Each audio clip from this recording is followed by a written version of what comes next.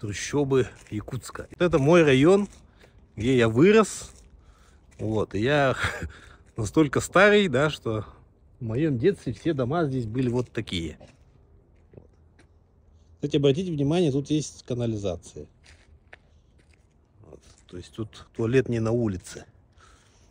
Вот, и когда вот так показываешь, кажется, что вот вся Якутия вот такая. Я вот сейчас шел об этом, думал, да, и мимо. Это самый край города. Вот тут ТЭЦ стоит недалеко. Вот, кажется, что как бы все ужасно, но вы поймите, что совсем недавно, еще там 15 лет назад, весь Якутск был вот такой. Вот состоял из вот таких деревянных домов. Кстати, некоторые из них довольно еще в хорошем состоянии, в смысле их, те, которые стоят на высоком месте, они не затоплены. Да? Вот там, смотрите, уже дом строится сзади.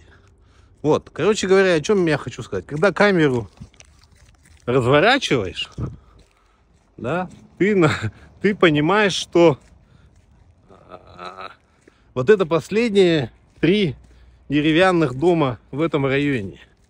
А туда вот, да, все до бесконечности уже все застроено каменными домами. И они вот продолжают строить. В моем детстве весь этот район состоял из таких двухэтажных. Не то, что весь этот район, весь город из них состоял. Понимаете? 200 тысяч человек или 300 тысяч человек жили вот в таких домах буквально 15 лет назад. То есть, если у тебя была благоустроенное каменное жилье, ты считался успешным человеком в Якутске. Вот в моем детстве так было. И иметь вот такое жилье, это тоже считалось престижно, потому что многие жили вообще в хибарах. Вот тут Ричпорт недалеко.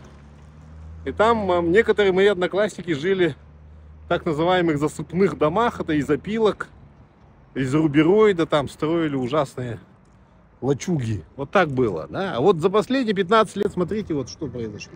Вот туда это все, вот отсюда начиная, и в ту сторону. Вот этот район, вот я хорошо помню, он целиком состоял из деревянных таких двухэтажек. В ту сторону смотрим, там все застроено. Там был такой район Авиагруппа, вот он был из деревянных домов. Вот.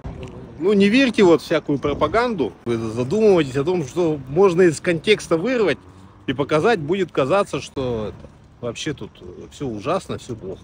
Мы все тут умираем, якутов линчуют. По факту все наоборот.